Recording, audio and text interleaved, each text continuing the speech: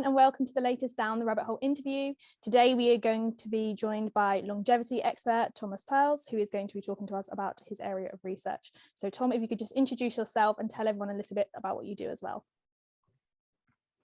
Thanks very much. I'm Dr. Tom Perls. I'm a professor of medicine at Boston University School of Medicine and also a geriatrician at Boston Medical Center. I direct the New England Centenarian study, which is the largest study of centenarians and their families in the world. I've been doing it a long time. We started back in 1995 at Harvard and have been at BU since about 2002. So we just kind of go back to kind of the basic level. Why is studying aging and longevity so important?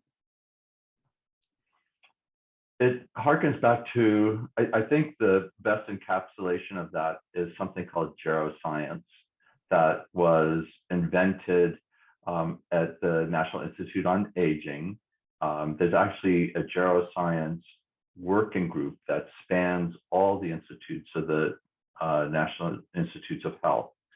And the premise is that if you can discover the basic roots of aging, the mechanisms of aging, because there are so many aging-related diseases.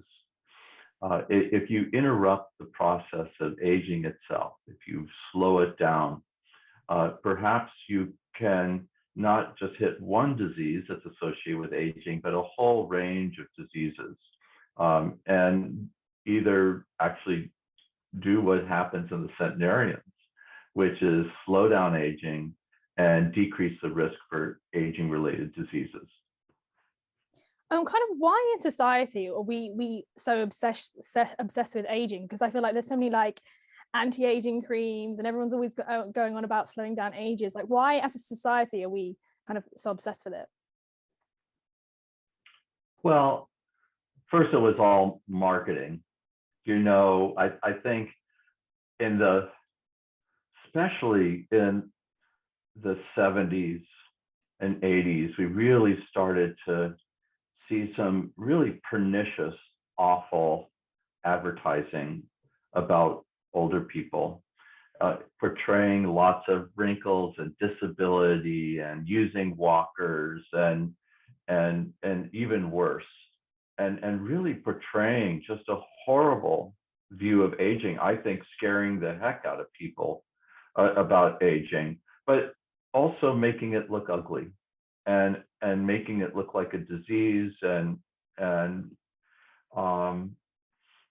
I think it actually had a really bad effect in our society upon how people view older people. But in doing so, these marketers would scare the heck out of you, say there's all these things that you can do to stop or reverse aging. But then there was also the whole cosmetic side. We have, as you say, creams and lotions to stop the wrinkles and make you young, look young again. And it was a sales job. But it made a huge amount of money.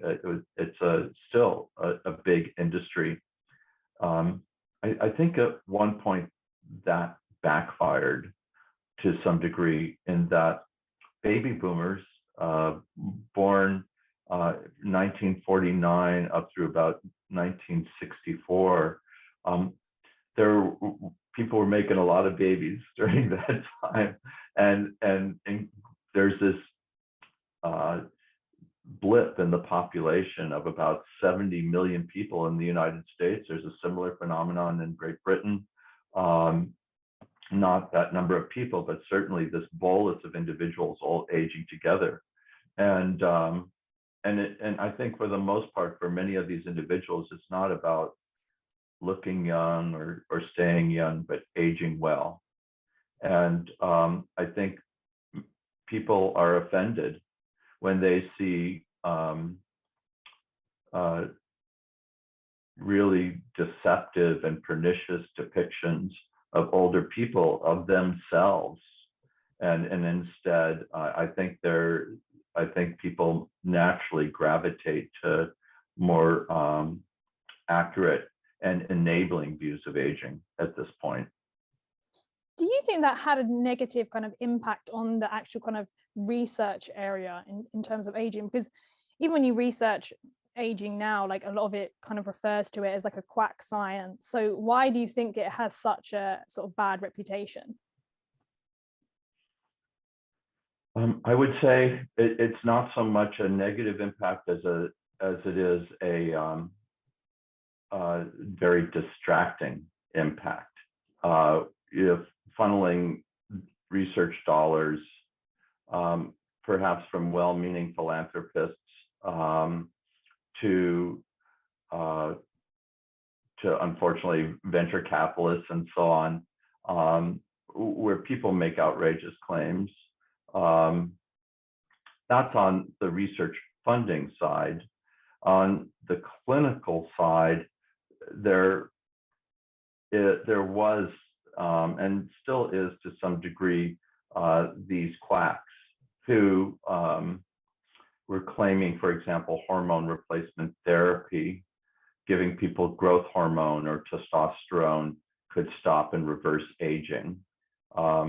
Then on the clinical side, there was actually a very detrimental effect with people getting sick, whether it be if they were taking testosterone, getting blood clots and strokes and heart attacks, or if they were taking growth hormone, actually getting cancer and to some degree also diabetes, but certainly not slowing down aging or living much longer in good health. So people are also spending a lot of money going down the drain. So when we kind of think about obviously longevity, we obviously think about kind of centenarians. Why are they so kind of interesting to study, and why are they kind of so useful in terms of helping us with kind of age-related diseases such as like Alzheimer's and cancer? Well, it didn't always used to be viewed that way. I think when we started the study, there really was this idea of the older you get, the sicker you get. That and also that aging is so heterogeneous in that we all age so differently.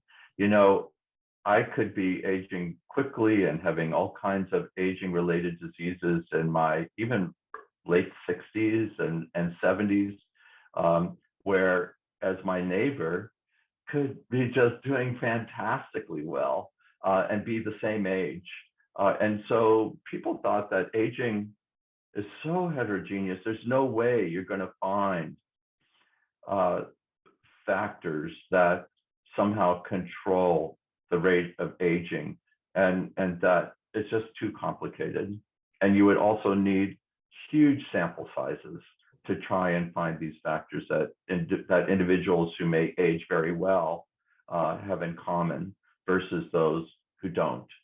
And I think that the centenarian research in particular has greatly changed people's minds about that. You know, we're talking about humans, of course. And if you look at lower organisms where you can choose genetically identical organisms or study a great many of them with relatively short lifespans, so you can measure the endpoint of survival and be alive for that period of time to do the measuring. That's quite different. But in humans, that's a whole different story. And when we started to study centenarians, we were starting to notice that at the very oldest ages, you could really start to see that they were aging quite similarly. There was clinically some really interesting homogeneity, and underlying that, probably some biological factors that they had in common to cause that kind of homogeneity. What were some of these kind of like common qualities that they had? So one thing you notice among centenarians, first of all, let me set the stage in terms of how centenarians are different within the group of centenarians. So living to 100 is rare. It's about 1 per 5,000 in the population in economically well-off countries.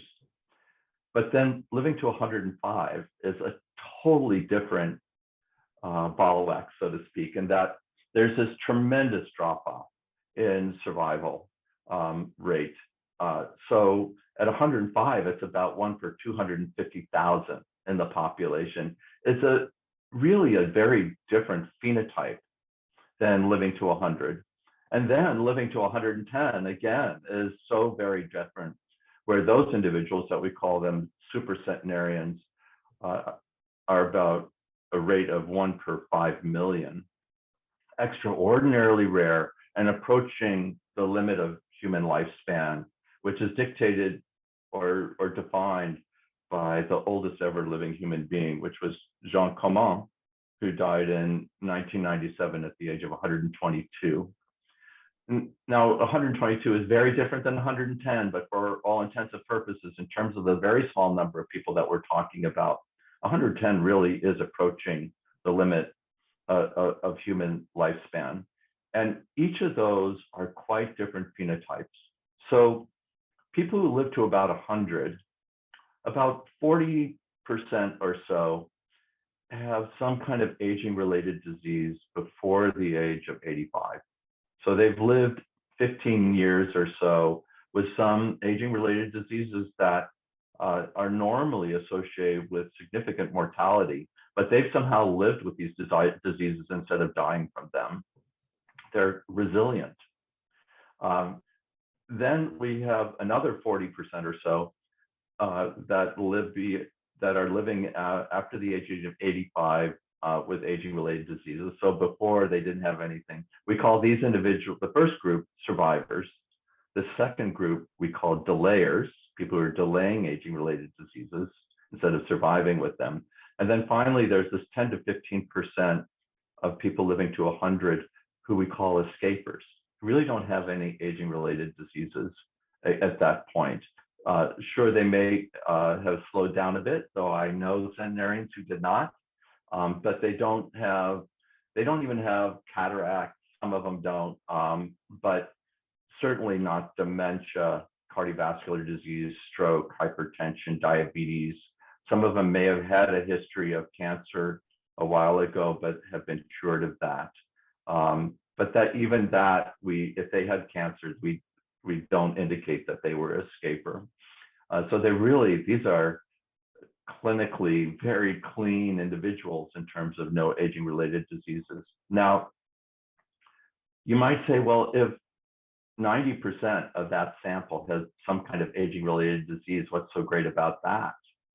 Well, on average, about 95% of the centenarians who survive to 100 are disability-free at the average age of, again, about 93. So they're living the vast majority of their lives independently and compressing the time that they experience disability, even in the face of either being a survivor or delayer of disease independently. And then they have trouble at the very end of their lives, which I would argue most of us would want. Live this very, very long life, compress the time that they experience disability towards the end of their lives. Now, thinking about these different phenotypes, 105, 110, now we start to see that clinical homogeneity, where, for example, living to 110, at the average age of 106, they're escapers. They don't have any aging-related disease at 106. And then compressing towards the very end of their lives, these aging-related diseases, which very much fits this famous hypothesis that Jim Fries from Stanford University back in the 1980s posited, that this idea of compression and morbidity, that as you approach the limits of lifespan, you necessarily have to compress the time that you're sick towards the very end of your life. And while people living to 100 don't necessarily do that, I would argue what counts is compression of disability, not compression of morbidity. But when you really do start hitting the limit of lifespan, then I think Jim Freeze is absolutely right. There's no such thing as absolutely right, but for the most part, that's what we're observing at these oldest ages, and they're very similar by this trait, very homogeneous. And the big advantage of that, of course, is when they get so alike, the power to discover factors that they have in common very likely is much higher, and you don't need as many to be able to then discern these factors. I think it's just so kind of fascinating, obviously, how there are people out there that are just obviously like escaping from these diseases, and obviously there are some people that kind of get them really, really kind of well early on, like kind of like in their 60s and stuff. But how has kind of like genetic tools and advances in these kind of technologies helped us to kind of identify some of the kind of genetic factors that are involved? Yeah, so first off, what's so cool about the centenarians is that they are this human model. They're not a mouse model. They're not a naked mole rat model. They're not Drosophila. They're not C. elegans. They are a human model of markedly delaying or escaping aging-related diseases. Therein lies the huge scientific interest in these individuals. Over the past 20 years, of course, as Frontline Genomics has shown, there's a revolution in our ability to discover genetic factors and their roles in disease. But what's so cool about the centenarians is their role in healthy aging. And I would say, while I'm thinking about it, before we get into what's been learned so far, or part of what's been learned, is that the centenarians seem to have frequencies of disease-associated genetic variants that are quite similar to the general population. We used to think that getting to be a centenarian and a semi-supercentenarian, 105 to 109, or a supercentenarian, 110 and older, you had to lack disease-associated genetic variants. Otherwise, how could you get there? What we've since seen is that even if you have those, you seem to still be getting to these ages, and therefore what must be also present is protective genes, genes that are protecting against these genetic variants that are associated with disease, but also seem to be slowing down aging and decreasing risk for aging. And that's this very optimistic genetic view of these centenarians, is that, wow, if it's protective variants and therefore protective biological mechanisms, if we could typify those and understand them, and we come up with drug targets that would do the same thing in centenarians, that is slow down their aging, that would be huge. And believe me, that has captured the imagination of philanthropists, VC, and in terms of such a push now to study these individuals. How much of an impact does our genetics play, and how much of an impact does our environment play? Because I can imagine that our environment has such obviously a big role. Like, you could probably have these protective variants, but if your lifestyle is obviously completely terrible, then obviously they're not going to help. You're absolutely right. I think that there's also another very optimistic view about the genetics of aging that comes from the study of Seventh-day Adventists that we've known for quite some time now. And that is that, Seventh-day Adventists are quite a mixed group of people, geographically, ethnically, culturally, and yet they do tend to have these extraordinary life expectancies. That the women live to about age 89 and the men to about age 86. Average life expectancy in economically well-off countries is around 80, 81. In the very best areas, like I would say British Columbia and Canada, the average life expectancy is approaching 83. What the Seventh-day Adventist study shows us is that despite really quite a mixed group of people in terms of their genetic background, they're still getting to these extraordinary ages. And why is that? It's probably because of the health habits that the Seventh-day Adventists have as a part of their religion. You know, God has given them this incredible gift, this incredible body.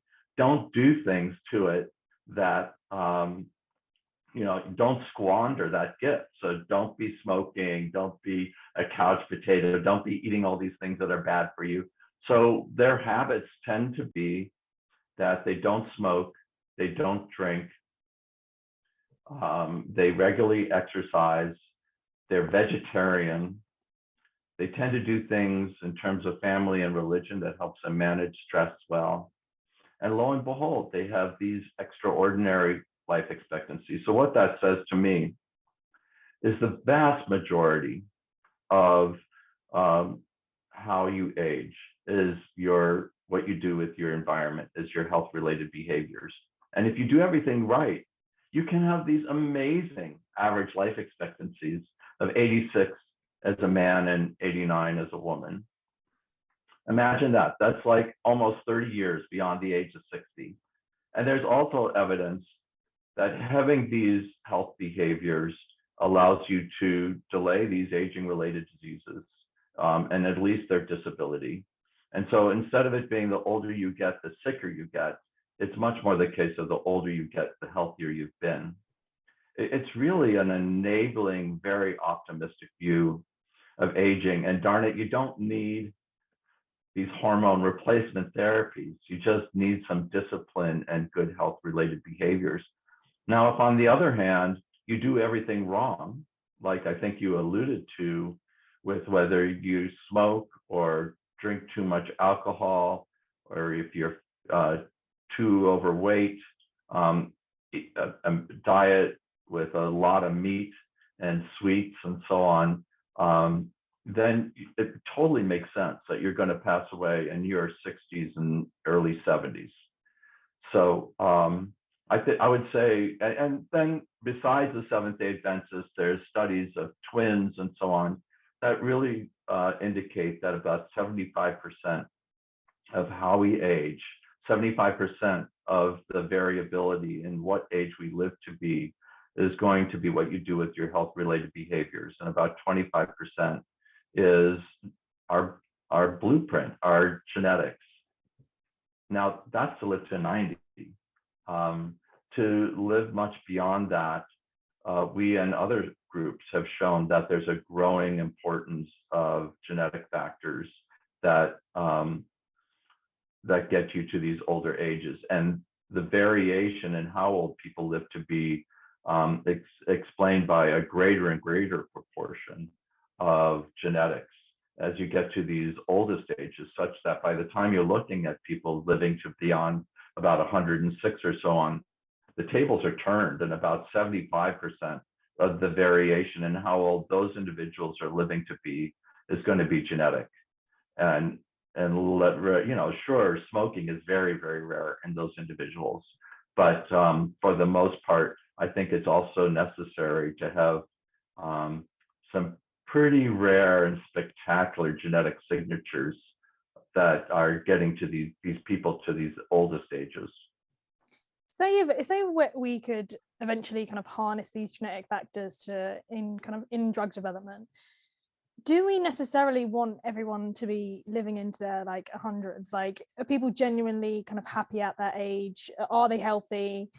And also, kind of what impact will that have on society if everyone starts kind of living like so much longer, if that makes sense? First of all, that's not going to happen. And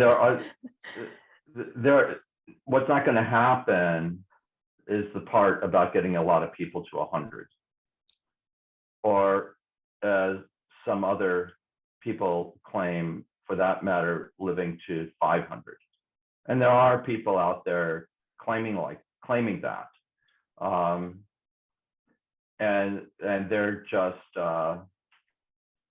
they're nuts. I don't want to live to 500.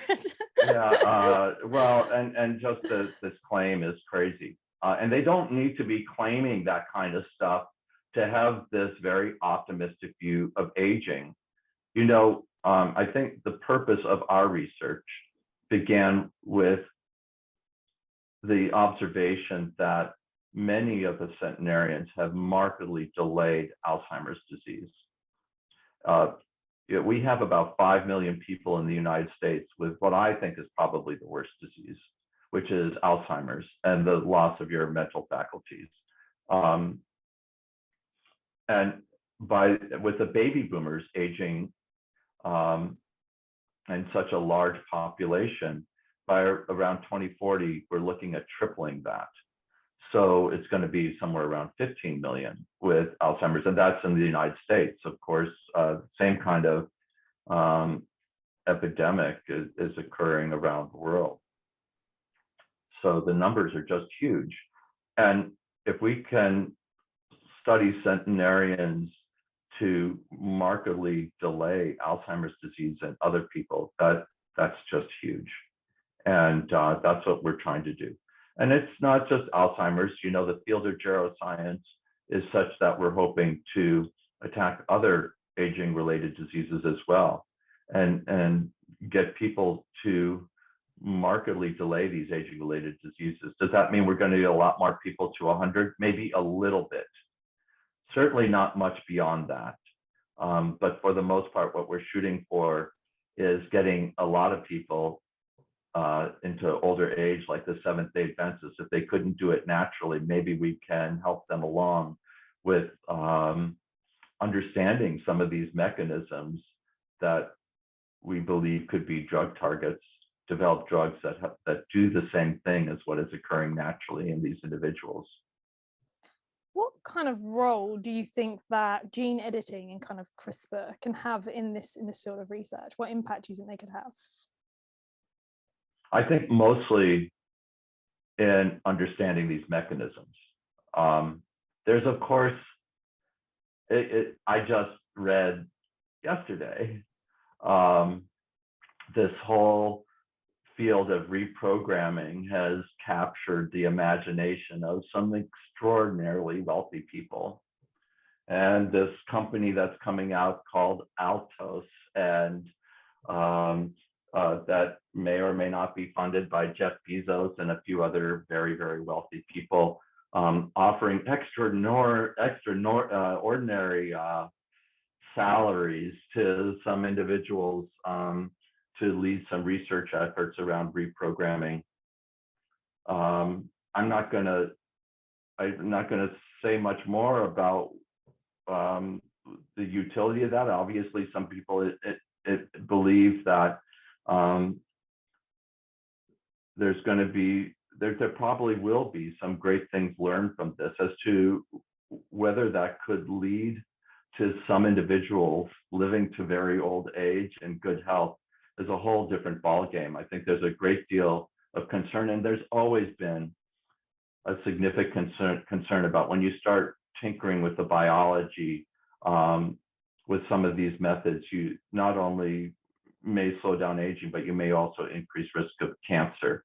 So people are being very careful, obviously, I hope. But we're still very early in that game. Yeah. You are the founding director of the New England Centenarian study. For those who don't know, would you be able to kind of discuss what that project kind of is exactly, and kind of some of the main findings from it as well? We're primarily funded by the National Institute on Aging. We have a number of studies. I'm one of the investigators of the Long Life Family Study, which studies about 550 families that demonstrate clustering for exceptional longevity. And what we mean by clustering is sibships in our oldest generation, where there's multiple brothers and sisters getting to extreme old age. And then we also study their offspring, and now we're even studying their grandchildren. And we follow them over time. This is a study that's been going on since 2004. Our first wave of collecting data was from 2006 to 2009. As you can imagine, many of the oldest generation is now passed away, but we have a tremendous amount of data and generating a tremendous amount of molecular data from the blood samples that we have been longitudinally collecting from all of these individuals. We're about to enter our sixth cycle of, we're in currently our fifth cycle of funding, and continue to collect a tremendous amount of both phenotypic data, and with the blood samples, now we're doing what I call omicing the heck out of them, which is collecting not only whole genome sequence data or generating those data, but also the methylome, transcriptome, and also doing proteomics and metabolomics. And all these data will be freely available to qualified investigators on NIH funded website. So I think that the hope is that these data will go far beyond our shores in terms of being of use to other people, because it's not only just discovering these mechanisms, but also these could be really fabulous controls for other studies. People who don't get various diseases, or they greatly delay them. So people who are studying various diseases will have access to really amazing controls. And the same thing is true for our other studies, which are the integrative longevity omics study, which is also studying families, but we're really concentrating on these oldest individuals, those who are getting 103, 104 and older. And also the Longevity Consortium's Centenarian project, same thing, collecting a huge amount of phenotypic and data, and then omicing the heck out of them, eventually making these data available to everyone who would like access to them. You have to do that. These are such rare individuals. They're a gold mine that needs to be shared, and hopefully by doing so, we'll make discoveries much, much faster. And then finally, hot off the press is a study that we just had funded called RADCO, which is resilience and resistance to Alzheimer's disease in centenarians and their offspring, in which we rely upon our other studies to find the centenarians that we call cognitive superagers, or individuals who in their hundreds have the cognitive function norms of people in their 70s. They're extraordinarily rare individuals, but because we have these other studies going on, we can find them quickly and easily. And then we collect a tremendous amount of data on those individuals. We're also doing MRIs, and we're doing Alzheimer's disease markers like phospho-tau 217, which has been shown to be as good as PET scan practically for as a marker for Alzheimer's disease. And then a number of these individuals also go on to autopsy. And as a result, we're able to discover those individuals, and again, a very detailed neuropsych testing. When they go to autopsy, or we look at their blood and find that they have markers for Alzheimer's disease, or on autopsy neurofibrillary tangles and neuritic plaques, and yet they still had amazing cognitive function, those individuals are resilient against Alzheimer's. And then we have those individuals who don't have any of those markers. They have totally clean brains, again, in their hundreds, and those people are resistant to Alzheimer's disease. We then turn all our materials and resources over to our colleagues at Massachusetts General Hospital and Beth Israel Deaconess, both at Harvard, Wynne Hyde and Rudy Tanzi, and they will go on and do amazing biology, looking at probably discovering the mechanisms that confer this cognitive superaging. and resilience and resistance to Alzheimer's. So finally, rather than just keep typifying individuals with various omics, I think we've come up with a plan for getting at the biology, getting at the mechanisms, and developing drug targets. I really do think this grant is going to do that. Oh, it sounds so exciting. I just find these people so fascinating, like they're kind of like resilient or like resistant to these conditions. It's so fascinating. But what do you think that are some of the kind of challenges that remain in this kind of area of research? Sample size is a big deal. Most people think you need tens of thousands of individuals in the area of complex aging-related diseases to discover factors, whether they be genetic or otherwise, that individuals have in common to get these diseases. But as I've said, I think that the genetic component is so strong at these most extreme ages, you don't need that many. I think we're talking about on the score of maybe low thousands at that point, maybe even fewer if you're talking about super centenarians. And we've demonstrated that, and others have as well, with these genetic signatures that contain lots and lots of genes. And that's why these individuals are so rare. I think it's getting the right combination of many genetic factors that gets them to these extreme ages. Each genetic factor has a very modest effect on survival. It's getting the right combination that matters. And that's why, it's like winning the lottery. You got to get the right combination. And that's why they're so rare. But they still yield, they point to specific biological mechanisms. So power is one thing.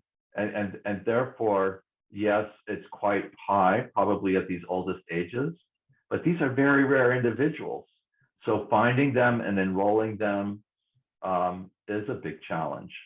And that's why there's relatively few studies out there of centenarians.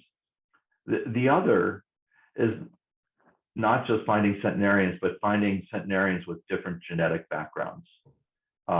So it's really important that we collaborate with our colleagues in the Japanese centenarian study, that we in RADCO make a concerted effort to be enrolling people that are African Americans with African background. We are enrolling Hispanic, Latino individuals at a center at UCLA. And what's so important there is that still people age quite differently, and the genetic signatures that enable these most extreme ages probably are quite different in these different ethnicities because of the environments that these individuals evolved through. So Asians, I think African Americans, and whites, and honing in on even more specific genetic backgrounds are going to show biological mechanisms that cross these lines, but are also unique. And by comparing these individuals, we're going to learn much, much more about the biology. And also, if we want to come up with therapies, we may find that there's going to be different therapies for different groups and different situations, which is the whole idea, of course, behind precision medicine. But I think that's another really important challenge, is getting enough people from different backgrounds as well. Yeah, no, I agree. That's really, really important. And obviously, finally, the ultimate question: what do you think the kind of future of this field will look like? I think, first of all, I think studying the centenarians has provided quite an optimistic view of aging. I think it's a socially very important study. When you show society, when you point out to them a bunch of people who are living to 100, they think, and it's an optimistic view of aging. Suddenly people are pretty interested, at least in getting to age 85. It's like a few people who are running a marathon. Not all of us can do marathons, but it makes us think we can all do 10Ks. And that's what I think getting into your 80s is about. And I have friends who bike, and there's somebody biking next to them. We're talking 60, 70-mile kind of bike rides, who's in his 80s, right? And boy, does that push them along. So I think that the studies of centenarians is really socially a very optimistic view of aging, and I think that's so important for the rest of us who don't have the biology to get there. And I do think that studying these individuals, particularly most recently with this RADCO study, I think we're really going to start getting into the biological mechanisms and coming up with drug targets, which hopefully will yield therapies and strategies to help us be centenarian-like, like markedly delaying an aging-related disease like Alzheimer's disease. Yeah. Thank you so much for joining me today, Tom. It's been really interesting. And I think obviously this field is becoming more and more important with an aging population. And I'm excited to see kind of the results of all of the studies that you've got in store for as well. So thank you so much. Thank you so much.